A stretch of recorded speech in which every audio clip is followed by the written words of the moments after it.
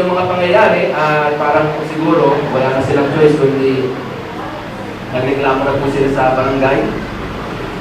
Hindi naman dumating yung sulat para doon kami mag-usap.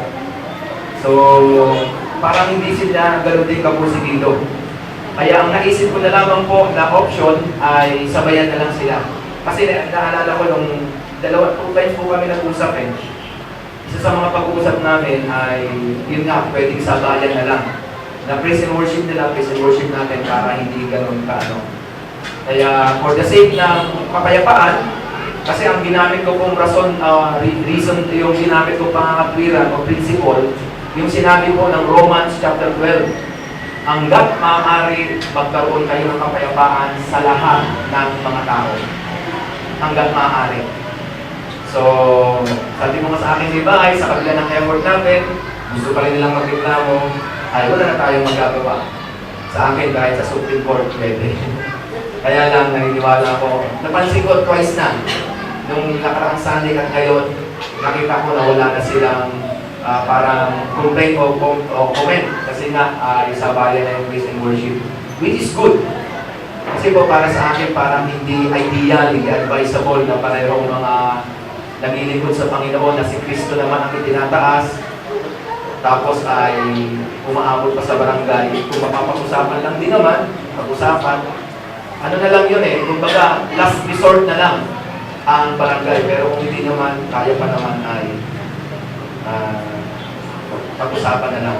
Kaya yun po, 8:30, ang ating start ng Sunday School, matatapos po yan ng 9:20, 10 minutes breaks, 9:30, magpapaumpisa na po tayo. This coming Friday, sa mga gusto kong sumama sa ating barangay prayer meeting, kaya Pastor Jim Tarot po, Salt and Light, dito lamang po sa loob ng Holy Family, ang ating pupuntahang church para sa barangay prayer meeting. Ngayong gabi po, sa salita ng ating Panginoon, ay ituloy po natin yung pinag-aaralan po natin kanina patungkol sa called and chosen. Pero bago po yun, nais ko pong basahin muli ang salita ng ating Panginoon. Medyo mahaba-habang mga talata ang ating binasa kanina. Simulan po natin sa Judges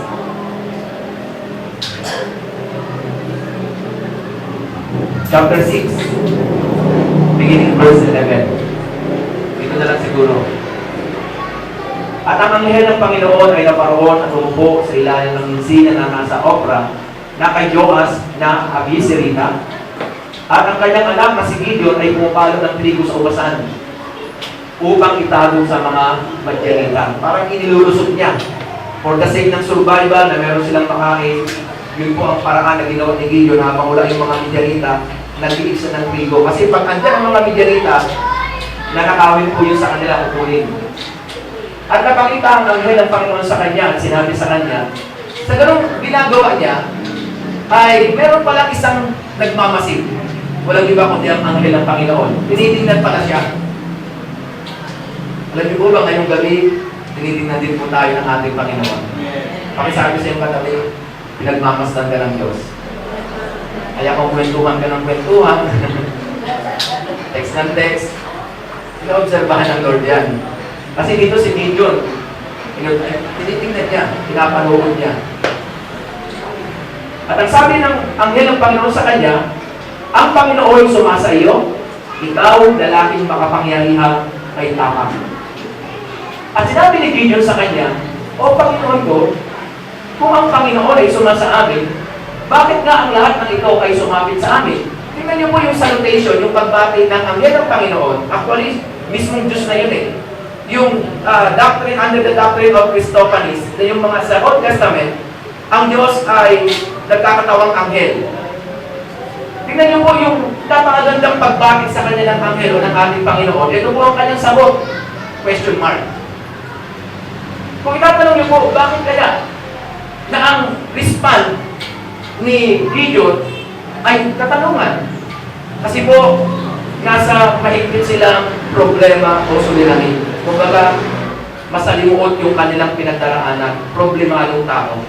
At naniniwala ako totoo rin po yan sa ating kapanahunan. Kapag ang isang tao, maging ang isang Kristiyano, ay merong pinagdaraanan, malalim, masalimuot na pinagdaraanan, problematic o problemado, yung mga salita ng Diyos na kanyang napapakinggan, kadalasan ang response niya ay katanungan. Sige nga, kung talagang ang Diyos ay mabuti, bakit ganito at ganon? Sige nga, kung ang Diyos ay nagpupruwe, bakit parang ano? Bakit? Kung ang Diyos ay tumutulong sa panalangin, bakit parang si Gideon? Pakisabi sa iyong patabi, kung minsan para ka rin si Gideon. Sabi niya, Panginoon, kung ang Diyos ay suma sa amin, bakit nga ang lahat ng ito ay sumapit sa amin? Bakit nangyayari ito? Bakit nararanasan namin ito? Diba, nagtanong na naman natin yan, bakit nararanasan ko ito? At saan naroon ang lahat niyang kababalaghang gawa na isinaysay sa amin ng aming mga magulang? Asa na yung history na kinuwento ng aming mga magulang na meron pang record? Sabi doon na sinasabi, hindi ba tayo iniahon ng Panginoon mula sa Ehipto? Ngunit ngayon, hiniwalayan kami ng Panginoon at ibinigay sa kamay ng Madyan. At tinignan siya ng Panginoon at sinabi, yumahon ka sa kalakasan mong ito at iligtas mo ang Israel sa kamay ng Madyan. Hindi ba kita sinugo o inuutusan o sinusugo? At sinabi niya sa kanya, o Panginoon, paano ililigtas mo ang Israel? Narito ang aking angkan ay siyang pinakalupa sa Manases at ako ang pinakamaliit sa bahay o sambahayan ng aking ama. Ito pa yung malaking problema. Yung kanyang sitwasyon. Ang Manase, mga kapatid, ay ang sabi doon, pinakadupa. Ang aking angkan ay pinakadupa sa Manase. At yung pamilya namin, pinakamaliit sa bahayan ng aking ama. Ang Israel po ay merong ilan? 12 tribes. Isa po ang tribo ng Manase o Manases.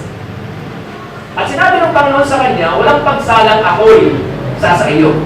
Alam niyo po, laging ito yung napakagandang pangako ng Diyos sa iyo at sa akin. Hanggang ngayon, totoo ito. Yung sabi ng Panginoon, I will be with you.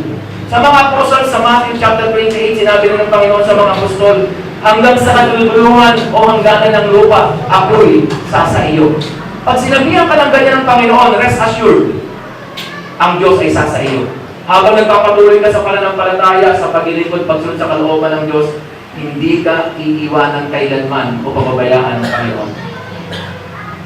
At sinabi ng Panginoon sa kanya, walang pagsalang ako isa sa iyo at iyong sasaktan ang mga Madyanita na parang isang lalaki. At sinabi sa kanya, kung ngayon nakasumpong ako ng biyaya sa iyong paningin, bigyan mo nga ako ng isang tanda na ikaw ang nakikipag-usap sa akin. Isinasama ko sa iyo na huwag kang umalis dito hanggang sa ako'y parito sa iyo. At inabas ko ang aking handog at inapag ko sa harap mo at kanyang sinabi, ako'y maghihintay hanggang sa ikaw ay bumalik. Alam niyo po yung talatang yan. Kung tatantyahin po natin yung tagal ng preparation ni Gideon, it took 1 hour or more than 1 hour bago siya bumalik. Imagine, pinaghintay niya ang Diyos. Pinaghintay niya ang anghel ng Panginoon. Sabi niya, kung talagang tinakausap mo nga ako, ikaw nakikipag-usap sa akin, hintayin mo ako hanggang ako'y makabalik. Mahigit 1 oras. Pero sabi ng Panginoon sa kanya, ako'y maghihintay. At si Gideon ay pumasok at naglutong madali ng isang anak na kambing. Ang pinasihan ko po kung bakit sinabi kong 1 hour or more than 1 hour yung preparation, sino po dito ang nakaranas ng magpatay ng kambing? Kaya mo bang magpatay at magkatay ng kambing sa loob lang ng 15 to 30 minutes? Hindi. Kasi may maraming preparasyon yan eh. Bukod sa kambing, anak ng kambing, naglalagay pa siya ng epa ng harina, mga munting tinapay na walang libadura, inaayos pa po niya yan, prepare, inilagay ang karne sa isang buslo, so hiniwa-hiwa pa, at kanyang inilagay ang sabaw sa isang palayo, at inilabas sa kanya sa ilalim ng insina at inihain. At sinabi ng anghel ng Diyos sa kanya, kunin mo ang karne at ang mga munting tinapay na walang libadura at ipatong mo sa batong ito, at ibuhos mo ang sabaw at kanyang ginawang gayon. Nang magkagayon, iniulat ng anghel ng Panginoon ang dulo ng tungkol na nasa kanyang kamay at isinalang ang karne at ang mga munting tinapay na walang libadura at napailang lang ang apoy sa bato at pinugnaw ang karne. So, inaknali, tinanggap yung offering, yung handog at pinugnaw ang karne at ang mga munting tinapay na walang libadura at ang anghel ng Panginoon ay nawala sa kanyang paningin. 22, at nakita ni Gideon na siya ang anghel ng Panginoon at sinabi ni Gideon, nagkaroon na si Gideon ng idea na hindi lang basta anghel ng Panginoon ang kausap niya, kundi ang Diyos mismo na nagkatawang anghel. Kaya sabi niya sa Aba o Panginoong Diyos, sapagkat aking nakita ang anghel ng Panginoon na mukhaan. Parang katulad din po yan ang pangyayari sa panahon ni Jacob sa Genesis, nang makipagbuno sa sangang Rahel, at ang sabi niya, nakita ko ang Diyos ng mukhaan. Sa 23, at sinabi ng Panginoon sa kanya, peace be with you, kapayapaan ang sumasayo, huwag kang matakot, hindi ka mamamatay. Kasi pag ang isang tao nakita niya talaga ang talagang totoong mukha ng Panginoon na siya'y buhay pa, siya po ay mamamatay. Naalala niyo yung si Moises, minsan nag-request siya kay Jesus sa Panginoong Diyos, Exodus 33 o 32 to 33, pag binasa niyo po doon, sabi niya, Lord, pwede ko bang makita ang iyong mukha kung talagang nakasumbong ko ng biyaya sa iyong paningin? Sabi niya, Moses, hindi mo pwedeng makita ang aking mukha sapagkat kapag nakita mo ang mukha ko, ang taong makakita ng aking mukha ay mamamatay. Pwede kong ipakita yung bahagi ng aking likod. Ibig sabihin yung kaluwalhatian. Nang magkagaylan tayo roon, si Gideon ng isang dambana sa Panginoon at tinawag na Jehovah Shalom o Jehovah Shalom. Ibig sabihin, ang Diyos ay Diyos ng kapayapaan o sumasa atin ang kapayapaan ng Diyos. Hanggang sa araw na ito ay nasa opera pa ng mga abisirika. Yan po yung last verse. Tinawag ko po ang paksang ito ngayong gabi na called and chosen. Kasi po kung uunawain natin mabuti i-analyze, si Gideon po ay malinaw na tinawag at pinili ng Diyos. At nais ko pong sabihin ngayong gabi o ipaalala muli sa liwain sa inyong puso't isipan, ikaw din naman ay tinawag at pinili ng Diyos. Amen. Hindi lamang po basta tinawag, at the same time, pinili ng Panginoon. Nang tawagin ka ng Diyos para ikaw ay iligtas, pangunahing rason kung bakit tayo tinawag ng Diyos upang tayo'y maligtas o iligtas. Pero nang tayo'y po'y piliin niya, mga kapatid ko sa Panginoon, katulad ni Gideon, meron siyang gustong gawin sa ating buhay. Meron siyang ipadagawa sa atin. Meron tayong tinatawag na trabahong gagawin na ang kapartner po natin ay ang ating Panginoon. Naalala ko nang piliin ng Diyos si Moises, nang tawagin niya rin si Moises, si Jacob, at ang iba pang mga hari, maging si David. Makikita po natin na sila yung mga taong tinawag at pinili ng Diyos. At ngayong gabi mga kapatid ko sa Panginoon, ikaw at ako ay tinawag din naman at pinili ng ating Panginoon. Katulad po ng sinabi ng John chapter 15 verse 16. Sino pong nakakaalam o nakabasa na? Ang sabi doon, you did not choose me, but I choose you and appointed you. Hindi niyo ako pinili, kundi kayo ang aking pinili. Pakisabi nga po muli sa iyong katabi, tinawag ka at pinili ng Diyos. Doon po, nakuha yung pangalan o yung paksang called and chosen. Kaya salamat sa Panginoon, malapit na malapit ang pangalan ito sa ministry ng mga kalalakihan. The called and chosen men. Mga tinawag at pinili ng Diyos. Mga kalalakihan, tinawag at pinili ng Diyos. Kaya lang, minsan yung katsawan at biruan, yung call, C-A-L-L-E-D, ay ginawang C-O-L-D. Naglalamig. Kasi may mga kalalakihang naglalamig. Sayang yung pagkakapili, kaya lang dahil sila ay called. Amen. So una, tinignan po natin kanina, pasta ko lang po, para ma-refresh po natin, kasi tatalakayin ko po yung last part. Sa paksang called and chosen, number one, the privilege of being called and chosen. Ang pribilehiyo. Actually, gusto kong lagyan ito o dagdagan ng word na the greatest privilege or the great privilege of being called and chosen. Ang pagkakatawag po o pagkakapili ng Diyos sa sino mang tao ay isang napakalaking pribilehiyo. Alam niyo po hanggang ngayon, hindi pa rin po maarap ng aking kaisipan kung bakit ang isang banal at perpektong Diyos ay tumawag at pumili ng isang taong may kahinaan, may kapintasan, may kasamaan, makasalanan. Kumbaga hindi tugma para sa Kanya. But still, tinawag pa rin niya at pinili na gusto niyang maging katrabaho o kapartner. Pero tanggap ko na po yung katotohanan yun. Kaya lang, kung tatanungin niyo po ako kung aarapin ang aking isipan, hindi pa rin kaya. Imagine, a perfect God choose an imperfect human being to be his partner. At dahil dito, great privilege to mga kapatid, na ikaw ay tinawag at pinili ng Diyos na para maging partner niya. O anak, tinatawag kita at pinipili kita kasi meron akong gustong gawin, at sa gagawin kong ito, gusto kitang maging ka-partner, maging katrabaho. Ganun po yung message kay Moses eh. Moses, meron akong gustong dakilang gawin sa history ng Israel, sa aking bayan. Sa 40 years nang inaalipin ng mga Egyptyo, gusto ko na silang ilabas, palayain at pagpalain sa lumang pangako. Kaya lang, ikaw ang pinipili ko para ilabas ang aking bayan. Hallelujah. Naisip po ba natin yun, mga kapatid?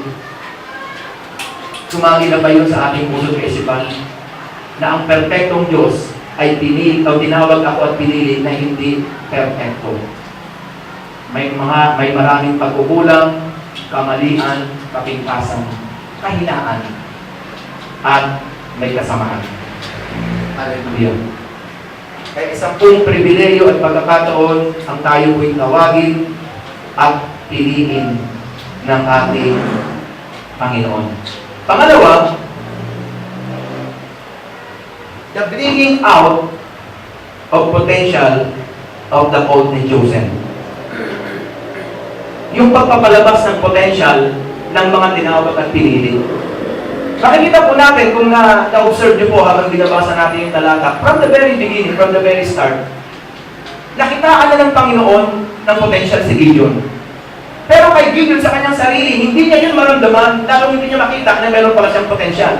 Kaya nga ang bakit ng Panginoon sa kanya, ang salutation ng Lord sa kanya, ikaw na lalaking makapangyarihang may tapang. Alam niyo po sa English, ang tabi doon, mighty man of valor. Sa military, lalo na sa IFP, pag ikaw ay sinabitan ng tinatawag na Medal of Valor, kakaiba yan. Ewan ko, yung mga tinatawag yatang, ano ba yun? Gold Cross ba yun? O White Cross? Yung mga sinasabitan lang ng Medal of Valor, may ilang military akong nakausap. Sabi ng isang military na magulang na rin, ibig sabihin, wise o mautang. Di ba nang wala akong Medal of Valor? Kasi alam ba, pag sinabitan ka ng Medal of Valor, ibig sabihin, nakaligtas ka sa isang tiyak na kamatayan. Halimbawa, inambush kayo, tapos patay lang ng kasama mo, ikaw lang yung lumaban. Yun, pagbalik mo, pwede na sabitan ng Medal of Valor. O kaya naman, sinalakay ang isang detachment, ipinagtanggol mo yun, nag-50-50 ka, pero nung nakaligtas ka, meron kang Medal of Valor. Ang sabi ng Panginoon sa kanya, He said to him, the Lord is with thee, or with you, mighty man of valor. Ikaw na makapangyarihang lalaking may tapang. Pero hindi po yan alam ni Gideon. Sa pagkakataong yun, ang namamayani sa kanya ay konsumisyon. Problemado siya. Takot at pag-aalinlangan at punong-puno siya ng mga katanungan. Mga kapatid, minsan mo pang gustong ipaalala. Pag nangibabaw ang pag-aalinlangan sa iyo, ang takot, ang mga problema at sularnir, ang mga nararanasan mo, hindi mo makikita, mararamdaman ang potential mo. Nakitang-kita ng ating Panginoon. Hallelujah. So, ang ginawa ng ating Panginoon, pinalabas niya ngayon yung potential na yun na nakita niya kay Gideon. Kaya nga doon sa verse 14, sabi pa doon ng Panginoon, iligtas mo ang Israel sa kalakasan mong ito. Nakita ng Panginoon yung potential ni Gideon na meron siyang hidden courage, meron siyang hidden strength. Hindi lang lumalabas. At kadalasan mga kapatid, ganoon din sa bawat tao, maging sa bawat Kristiyano. May mga potential po tayo, hidden courage, hidden strength. Kaya lang sa iba't ibang mga kadahilanan, hindi po natin maramdaman, hindi natin lalong hindi natin alam o makita. Pero kita at alam ng Diyos at ang gagawin ng Panginoon, palalapasin niya yan. Amen. Kaya nga yung pangalawa, tinawag ko po na the bringing out of potential to the whole and chosen. The question is, how? Paano pinalabas ng Panginoon yung potential ni Gideon? Naganoon din po ang ginagawa at gagawin ng Diyos sa iyo at sa akin. Kapag ikaw ay tinawag at pinili ng Diyos, tapos ikaw ay tumugon, so nakita ng Panginoon, meron kang potential, malalabasin niya yan along the way. Sa paanong paraan? Yung word na true training. Ang Diyos po ang pinaka-the best magturo, magsanay, o maghubog. Let's always remember, God is the potter and we are the clay. Amen. Ang Diyos ang magpapalayok at tayo yung palayok, tayo yung clay, yung putik sa kamay ng magpapalayok. At napakagaling po ng Panginoon na gumawa, gawin ang ating buhay, hubugin, hulmahin, para maging kung ano tayo. Naalala ko tuloy minsan yung ginamit kong illustration. Naalala niyo ba yun? Patungkol sa isang jar. Sino pong nakaalala pa nun? Nakalimutan niyo na, no? Sister Tesla. Na yung isang jar ay inayos siya ng magpapalayo. Una, binasag siya, pinag-ikot-ikot, hilong-hilo siya. Tapos, in-oven, dinilad, pininturahan, inayos ulit ang inayos. Sabi niya, hindi na ba matatapos itong ginagawa sa akin ng aking amo? To make this story short, mga kapatid, nung maayos yung jar na yun, sa buong mundo, siya yung pinakamahal na jar na inilagay sa museo. Pero bunga po siya ng maraming beses na paghuhubog, paghuhulma, pagsasaayos. Ang Diyos po ang pinaka-the best mag-train. Dahil ikaw ay tinawag at pinili ng Diyos at nakitaan ka niya ng potensyal, sa pagtugon natin sa tawag at pagkapili ng Panginoon, now, yung potential way palalabasin niya through training. Tatlong bahagi o tatlong bagay na tinry ng Panginoon kay Gideon. Number 1, prayer. Yung conversation. Napansin niyo po ba sa mga talata na ating binasa, ang tagal niyang nakipag-usap, ang tagal niyang nakipagkwentuhan, ang tagal niyang nakipagdaldalan sa Panginoon. At ang pakikipag-usap, pakikipagkwentuhan, pakikipagdaldalan sa Panginoon, ang tawag niya ay conversation, katumbas po yan ng prayer. At pinupour out niya yung kanyang mga katanungan sa Diyos, yung laman ng kanyang puso. Panginoon, tinatawag mo kung ganito, ganito nga kami, ganito ang aming sitwasyon. Amen. Kaya doon pa lang magkakaroon po tayo ng kaalaman, ng kaunawaan o wisdom na masarap palang i-pour out at i-voice out sa Diyos ang lahat ng ating mga dalangin. Amen. Pangalawa na lang sa tao. Yes, kailangan din natin ng tao na makakausap, magpapalakas sa atin, maging encourage, magpapalayo, magtuturo. Pero pinakapangunahin ang Diyos. Kaya kung meron kang mabigat na pinagdaraanan, konsumido ka, problemado ka, meron kang mga circumstances, mga kapatid, lalo na pag dumating sa hindi mo na kaya, iiyak mo sa Panginoon. Amen. Kaya baguhin natin yung kantang, iiyak mo ang lahat sa akin. Alam niyo yung kantang ganon? Di ba? Iiyak mo ang lahat sa akin. Sa ating mga Kristiyano, iiyak mo ang lahat sa Panginoon. Amen. Ano po ba ang meron pa sa tinatawag na prayer o panalangin? Alam niyo po, sa pakikipag-usap ni Gideon sa Panginoon, merong bagay na nade-develop sa kanya, meron siyang mga bagay na nararanasan nakikita. Unang-una, sa kanyang pakikipag-usap, pakikipagdaldalan, pakikipagkwentuhan o panalangin, sa kanyang pag-pray sa Panginoon, nakita niya na ang Diyos ay handang makipag-usap at handang tumugon sa kanyang mga sinasabi, handang makinig. Ang sabihin niya, Panginoon, kung talagang kinakausap mo talaga ako, tinatawag mo ako at pinipili, pakihintay mo ako. Sabi ng Panginoon, sige, maghihintay ako. Imagine, ang Diyos pinaghintay niya ng 1 oras, mahigit. Hindi lang yun, paglabas niya, tinuruan siya ng Panginoon, ilagay mo sa bato yung karne, ibuhos mo yung sabaw, at yung tungkod ng Panginoon, o ng anghel ng Diyos, itinuro sa karne, umapoy, kumailang lang sa langit, in-acknowledge, ibig sabihin, tinanggap yung handog. Na-witness niya yun, naranasan niya yun sa kanyang pakikipagkwentuhan, pakikipagdaldalan, pakikipag-usap sa Panginoon. Mga kapatid, masarap mong katsak ang Diyos. Kaya yung mga chatter sa FB, mga chatter sa Twitter, hindi po masama yan, hindi ko naman sinasabing masama o bawal yan, pero bago ang lahat, ang haba ng ating pakikipag-chat, minsan madaling araw na gawin natin katsak ang Panginoon. Unahin po natin lagi ang Diyos. Kasi marami tayong mga makikita na pwedeng mangyari habang tayo nakikipag-usap sa Kanya. Marami tayong mauunawaan at mararamdaman. Ito pa yung sabi ni Gideon, Panginoon, kung talagang ililigtas mo ang Israel sa pamamagitan ko, pwede po ba akong humingi ng isang tanda? At hindi rin po masama yun. Madalas o maraming pagkakataon na ako'y humihingi ng tanda sa Panginoon. Lalo na pag mayroong gagawin o mayroong desisyon, Lord, pwede ko po bang hingin tanda ito? Tapos sakasakaling makita ko siya o ito, makausap ko siya, ibig sabihin, pinapayagan mong sabihin ko ito sa kanya. At nakikita ko mga kapatid, ang Diyos ay tumutugon.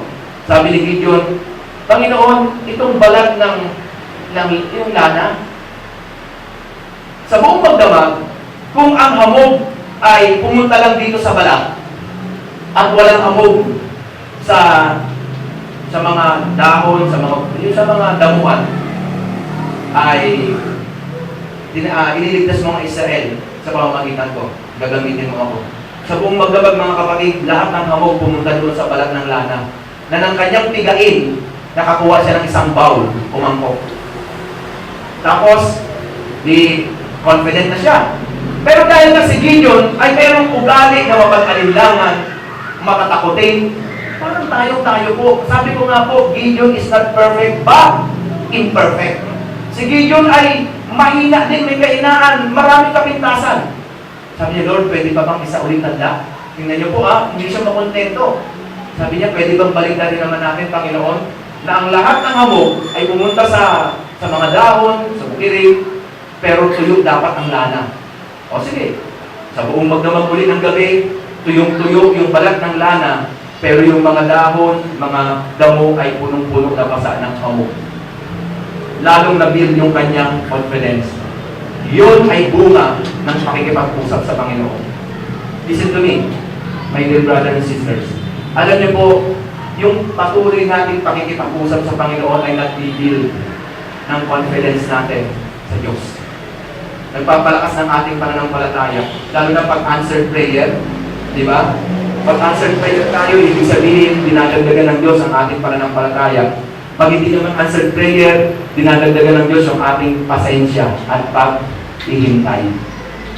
Kasi nga, napakagaling kong manghubog, mag-train ng ating Panginoon.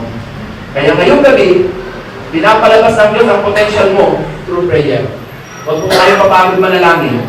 Amen. Huwag po tayong mapagod makipagkwentuhan sa Diyos. Huwag po tayong mapagod makipagdaldalan sa Panginoon.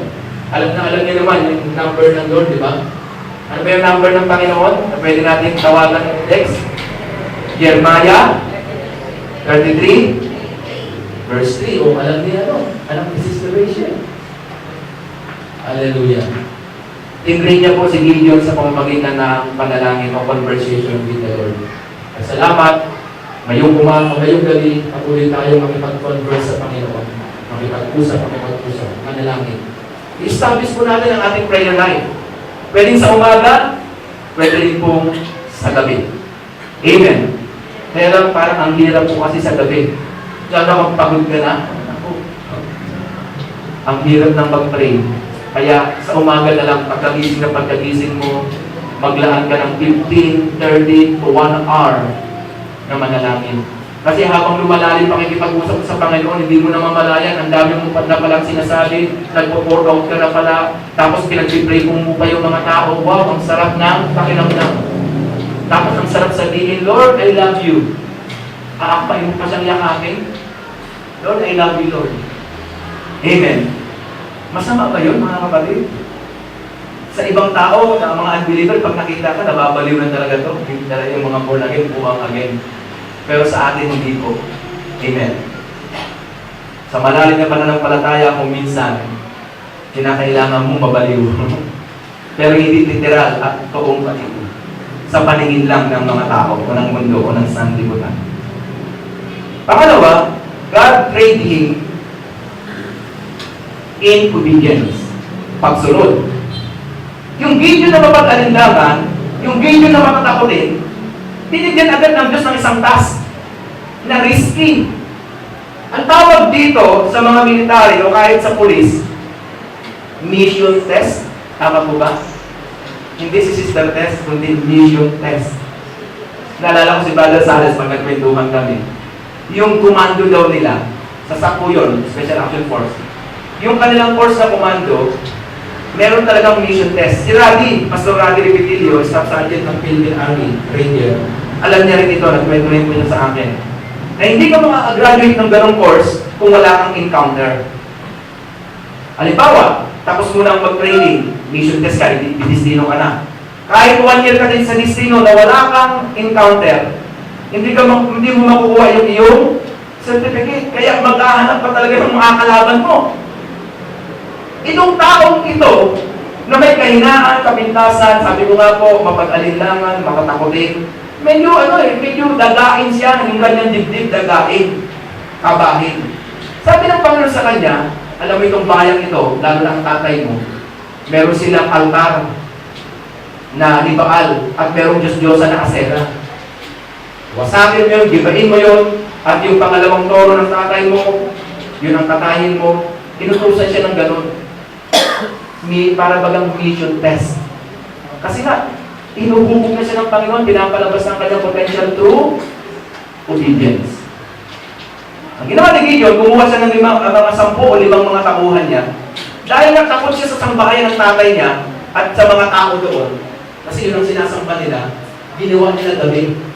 So binasak yung dambana, pinasok nila yung templo, pinabawasak. Tapos sabi ng Panginoon, magtayo ka ng talagang templo para sa akin, yung maayos.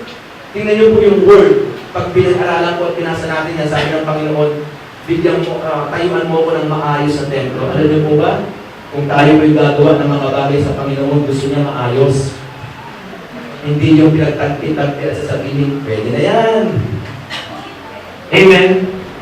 Asan ba yung word na yun? I think 20, 25, 26, 27, nasa mga ganon.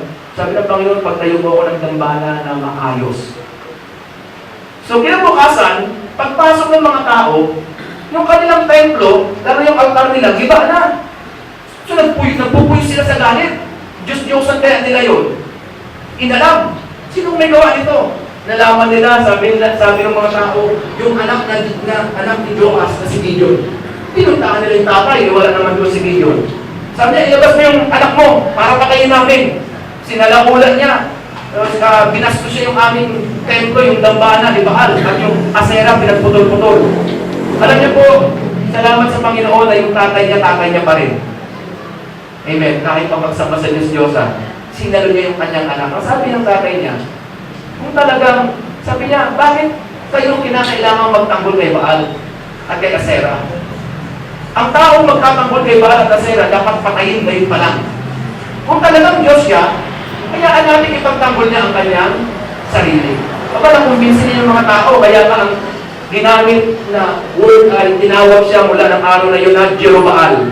Na ibig sabihin, ipagsasanggalang ni Baal, ipagtatanggol niya ang kanyang sarili. Which is correct. Amen. Kung talagang Diyos-Diyosan niya mga yan, may kapangyarihan, yung sumalakula sa kanya, yung bumasag, dumurog sa kanya, hayaan niya siyang magparusa. Sabi nga sa Bisaya, gabaan, karmahin, parang ganon. Pero alam po natin mga kapatid na yun ay mga Diyos-Diyosan. God trained him in obedience. Totoong-totoo rin po yan sa atin. Napansin niyo ba, pagkatapos tayo turuan ng Diyos at i-train sa pakipag-usap sa Kanya sa panalangin, tinitrain din naman tayo ng Panginoon sa tinatawag na pagsunod. Kasi pinapalabas ng Diyos ang ating potential. Sabi ko nga po, ang ilan sa atin dito, kitang-kita ng Panginoon ang potential mo na pwedeng magbigay ng kaluwalhatian sa Panginoon. Meron sa atin, marahil ang potential mo ay maging leader. Yung iba naman, maging elders. Yung iba naman, sa music instrument. Yung iba naman sa mga decoration. Potential po ang tawag yan. Yung iba naman sa tinatawag na pag-support o pagbibigay. Kitang-kita ng Panginoon yung puso mo. Yung pagbibigay, pag-support. Binanggit ko ito kaninang umaga. Doon sa babaeng bao sa panahon ni Elijah, na 1 meal na lang. Pero nakitaan ng Panginoon ang babaeng baong ito na naghihirap, isang kainan na lang. Pero nakitaan po siya ng potential. Na kung mapapalabas yung potential niya, supporters itong number 1. Napalabas na yung potential sa pamamagitan ng conversation, sa pamamagitan ng obedience, ng sumunod yung babaeng bao. Supporters, pangunahing supporters ni Elias sa kanya at sa ministry pinagkatiwala ng Panginoon for the 1 whole year. Ang sumusuporta kay Elijah, yung babaeng bao. At yung babaeng bao naman at ang kanyang anak ang sumusuporta sa gawain ng Diyos, hindi ginutom ng Diyos, hindi pinagkulang ng Diyos, hindi pinabayaan ng Diyos. Mga kapatid, ang mga supporters ng gawain ng Diyos, hindi pinababayaan ng Panginoon. Ang mga bumabalikat sa ministeryo ng Panginoon, yamang ito'y ministeryo at gawain ng Panginoon. Hindi po pinapatayaan ng Panginoon, kundi kanyang iniingatan, tinutulungan, at pinagpuprovide ng mga pangangailangan. Amen. At hindi ko alam mga kapatid, kung anong mga potential meron tayo. Pero naniniwala ako, marami po sa atin na palabas na ng Panginoon yung mga potential po natin. Isa na po ako doon. Dahil nung una, ang gusto ko lang, tumanggap sa Panginoon, maligtas, paglingkod lang sa Diyos, yun lang.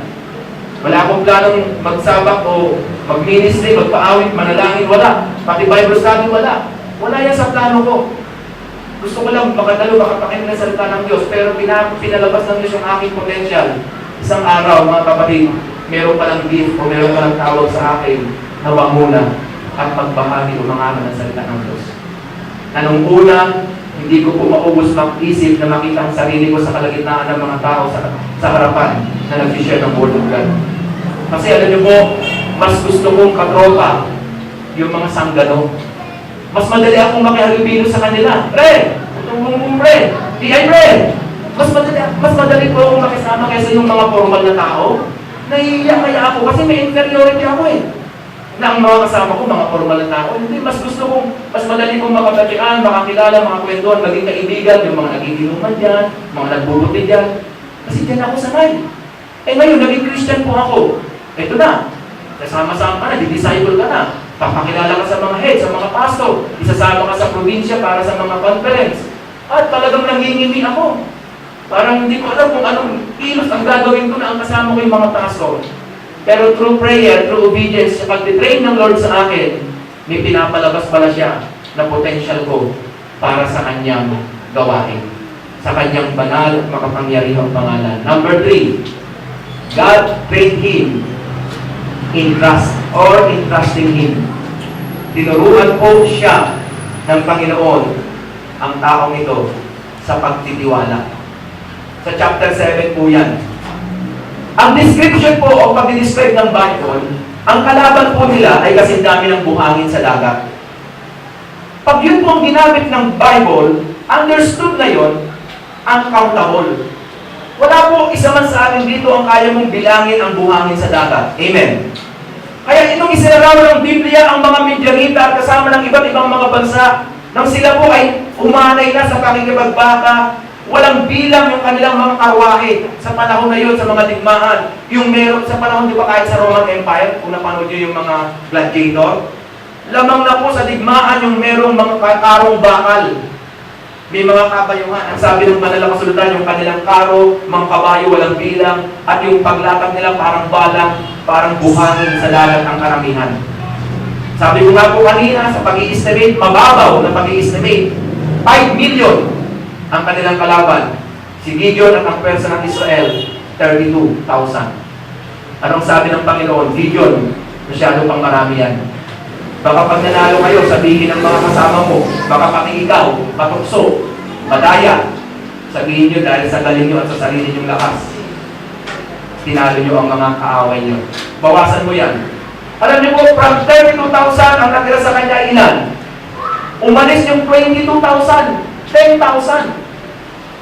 Habang binabawasan ng Panginoon ng puwersa si Gideon ng mga tao, ng manpower, lalong nadadagdagan ang kanyang tanong o mga katanungan. Amen. But still, mga kapatid, alam ng Diyos ang kanyang ginagawa. Kung hinuhulog man po tayo ng Diyos sa pagtitiwala, alam ng Diyos ang kanyang ginagawa. Hindi para tayo mahirapan o patayin, kundi para turuan tayong magtiwala at patuloy na magtiwala sa Kanya. So 10,000 na lang. Sabi ng Panginoon Gideon, ang dami pa. Lord, hindi ko lang po alam kung paano laban ang aming gagawin sa ganyang karamihan. Nadamihan ka pa sa 10,000. To make the story short, ang natira sa kanya ilan? 300. Kaya naalala ko may mga pastor na nakagawa ng message, Gideon and his 300. Meron ng pelikulang 300, di ba? Yun po ay larawan na tinuturuan ng Diyos ni Gideon at ang kanyang mga kasama na magtiwala sa ating Panginoon. Amen? At ganoon din po tayo. Para mapalabas yung potential natin, pangatlo, God is training us in trusting Him.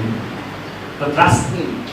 Magtiwala at patuloy na magtiwala sa Panginoon. Ito yung mga kapatid na where no one else to go, or yung wala ka ng malalapitan, there where no one else to help you, at yung when there's nothing you can do, yung wala ka ng, hindi mo na kaya, at sasabihin mo, Panginoon, ikaw na ang bahala. Sabi po nung pastor, napakinggan ko nagpatotoo, sabi niya, dumating sa time, yung mga teenager namin, mga anak, give up na kami kung paano kalakahin. Meron yata siyang 3 anak. O, 3. At sabi niya, magkakaiba talaga mga anak, yung approach namin sa panganay, hindi ko pwede sa pangalawa. At yung approach sa pangalawa, hindi ko pwede sa bunso. Hanggang nangunsumisyon yung mag-asawang pastor sa ministry. Dahil mga teenager yung kanyang mga anak, nadala. Kumbaga, nag-anon. At ang sabi ng mag-asawa, nag-pray sila, Lord, hindi na namin alam at hindi namin kaya kung paano igagay ng aming mga anak. Ikaw na po ang bahala. Ilang panahon, ilang taon ang lumipas, yung 3 niyang mga anak, very active sa ministry.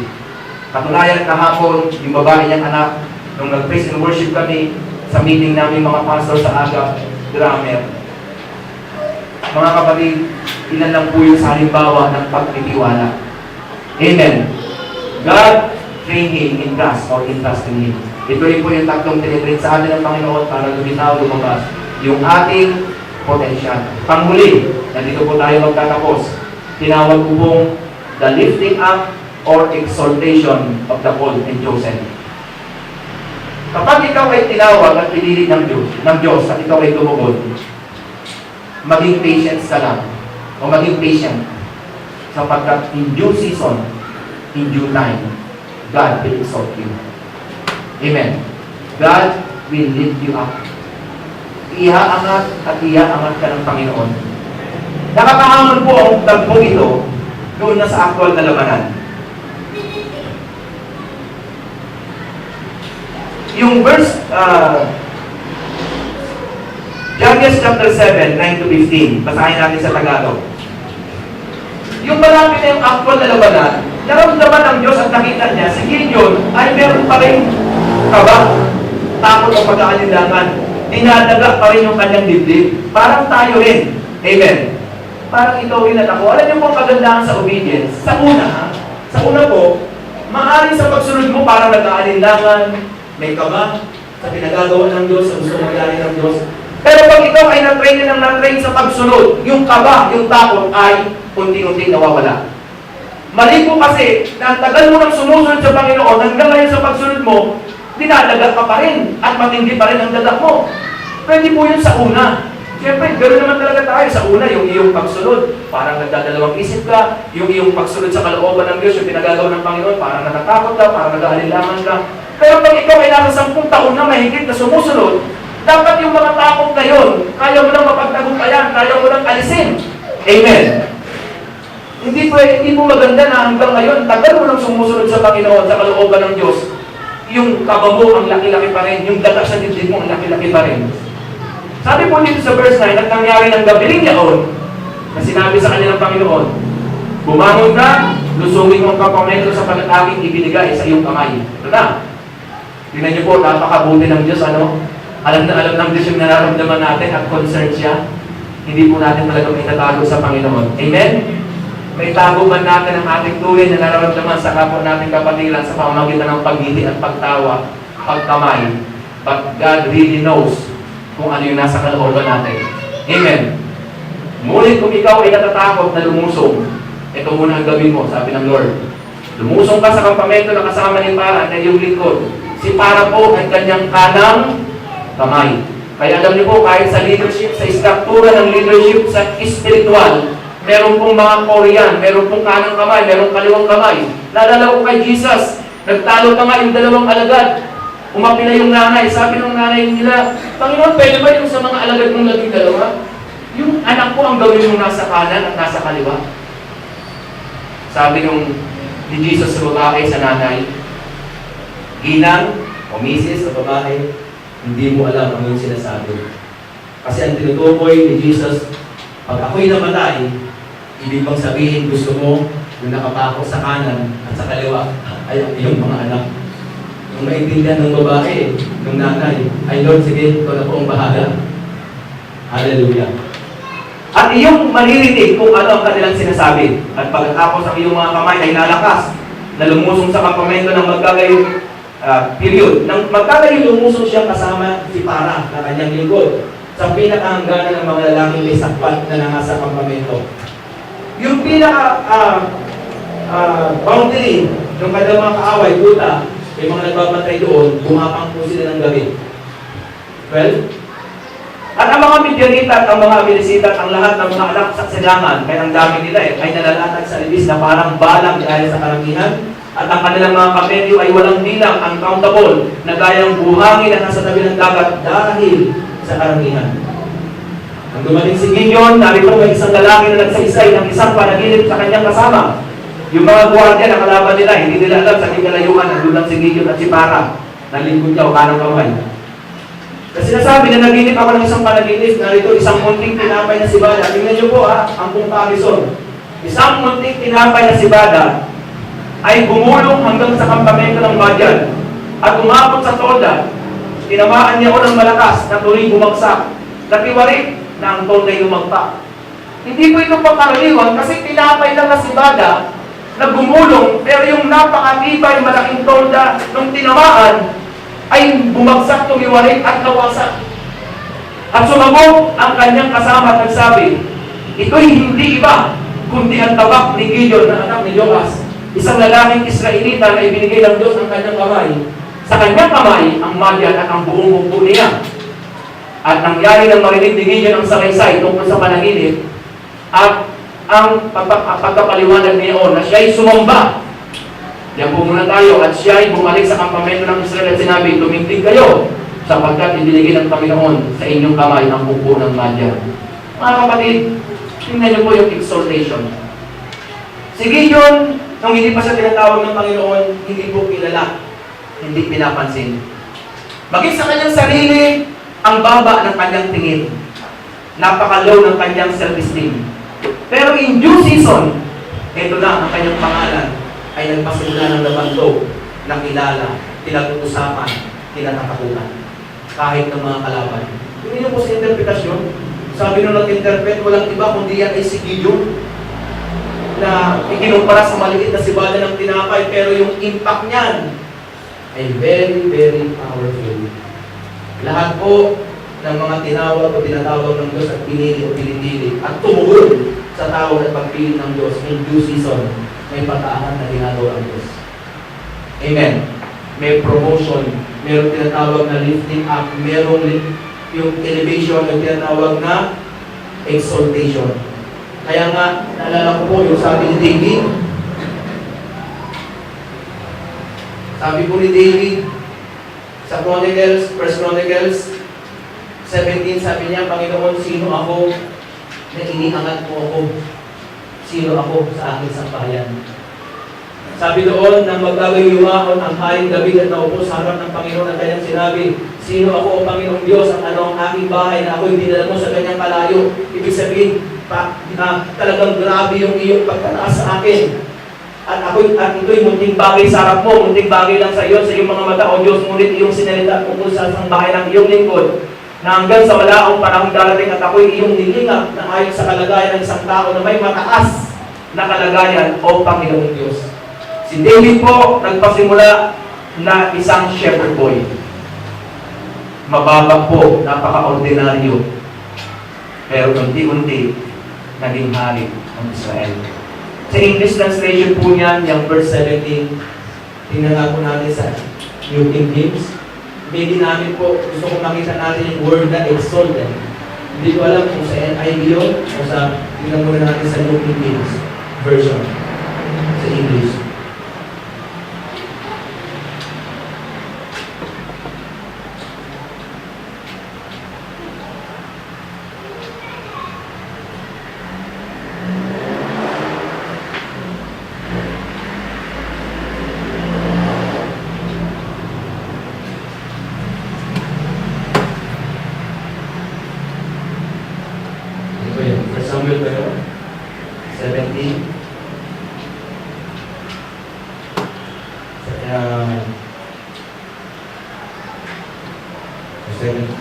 Chronicles yata? First Chronicles?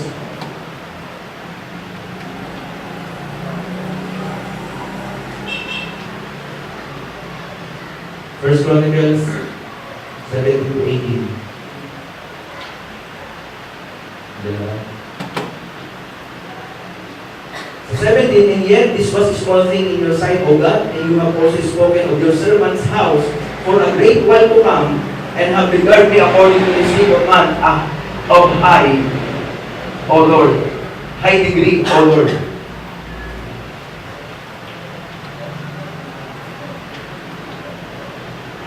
Sa King James Version, and NIV.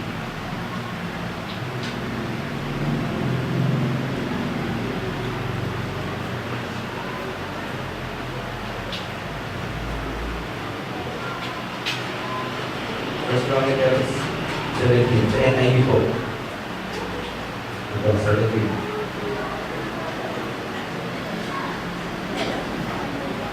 Ang sabi dito sa 17, and as it is well not enough in your sight, O God, you have spoken about the future of the house of your servant. You have looked on me as though I were the most exalted of men, O Lord God. Sabi niya, Panginoon, ang pakiramdam ko at tingin ko, ako yung pinakamataas ngayon na itinaas mo. Mga kapatid, if you are called and chosen, at ikaw ay tumugon sa pagkatawag at pagkapili ng Panginoon, in due time, in due season, God will lift you up. He will exalt you. Itataas ng Diyos ang iyong pagkatao, maging ang iyong kabuhayan o pamumuhay. Ang dami na po natin alam at kilala, mismong napakinggan, na mga nung sila yung mga naglingkod sa Panginoon, 20 years ago, 30 years ago,